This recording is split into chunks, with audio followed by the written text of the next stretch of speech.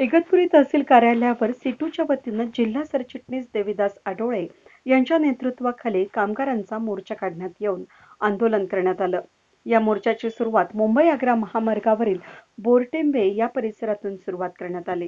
केंद्र सरकारच्या कामगार विरोधी आणि शेतकरी विरोधी देशविरोधी धोरणांना विरोध करण्यासाठी संविधान दिनी म्हणजेच 26 नोव्हेंबरला आज सर्व कामगार, शेतकरी, छोटे व्यापारी, वाहतूकदार यांनी एक दिवसाचा ऐतिहासिक संप पुकारत मोर्चा काढून तहसीलदार परमेश्वर कासोळे यांना मागण्यांचं निवेदन देण्यात आलं। यावेळी जिल्हा सरचिटणीस देविदास आडोळे, दत्ता राक्षे, चंद्रकांत लाखे, कांतीलाल गरुड, सदाशिव टाके, निवृत्ती कडू, मनोज भोर, भाऊसाहेब जाधव, विश्वास दुभाषे, हेमंत तोकडे, सुनील आहिरे, गोकुळ गोवर्धने, राहुल गायके, रामदास चारसकर, आप्पासाहेब भोले, सुरेश थोरात, प्रवीण जगताप, रोहिदास नाठे, दीपक मांडे, संध्या जोशी, जाईबाई घाटळ, रुंजा वाघ, शिवराम बांबळे, सोमनाथ नाठे, विजयेंद्र परदेशी, मच्छिंद्र गतीर, संतोष जाधव, शकुंतला तळपडे, कीर्तेश शेलार यांसह शेकडो कामगार महिला उपस्थित होत्या।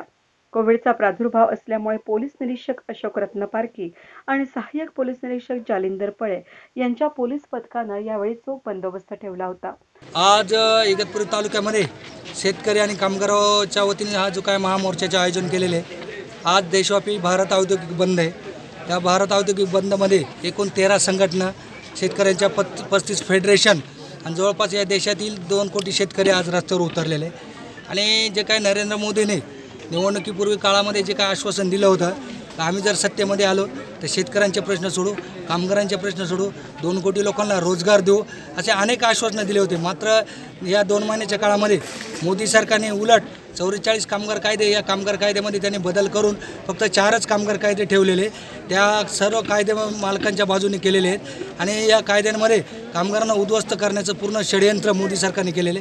दुसऱ्या साईडला शेतकऱ्यांचे 3 कायदे बदलले आहेत। शेतकऱ्यांना जे काय भूमी संपादन कायद्यामध्ये त्यांनी बदल केलेले आहेत, मार्केट कमिट्या बंद केलेल्या आहेत आणि जो काय हमीभाव शेतकऱ्यांना मिळायचं याच्यामध्ये देखील बदल केलेले आहेत। या मागणीच्या विरोधात आज आणि जे काही मोदी सरकारने जे काही काळे कायदे आणलेले आहेत, शेतकऱ्यांच्या विरोधात असतील, कामगारांच्या विरोधात असतील, या काळ्या कायद्याच्या विरोधात आज आम्ही हा मोर्चाचं आयोजित केलेलं आहे। मोदी सरकार आम्ही या मोर्चाच्या वतीने आज इशारा देतोय, मोदी सरकारने ताबडतोब हे कामगार कायदे जर मागे घेतले नाही, कामगारांच्या विरोधात अदानी अंबानीला जे काही मदत करण्याचे जे काही त्यांचं षडयंत्र सुरू झालेले, शेतकऱ्यांना उद्ध्वस्त करण्याचे काही षडयंत्र सुरू झाले, हे जर त्यांनी ताबडतोब मागे घेतले नाही आणि कामगारांच्या बाजूचे धोरण जर घेतले नाही तर याच्या विरुद्ध याच्यापेक्षा मोठं आंदोलन करण्यात येईल, हे त्यांनी लक्षात घेतलं पाहिजे। फॅब कंपनीमध्ये कामगारांनी CITची युनियन केली, त्यांना कुठल्याही कामगार कायद्याचा लाभ मिळत नव्हता।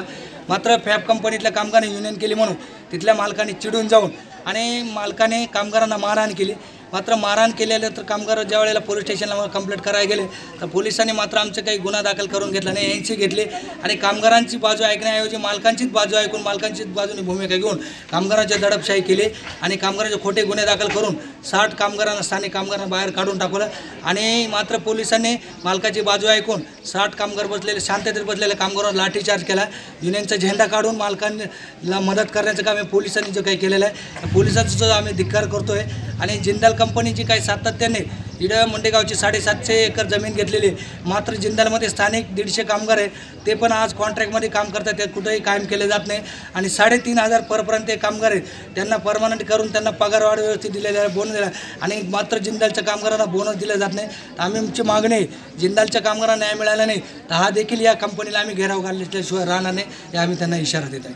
वेद न्यूजसाठी व्हिडिओ जर्नलिस्ट स्वप्नील पुरोहित, इगतपुरी।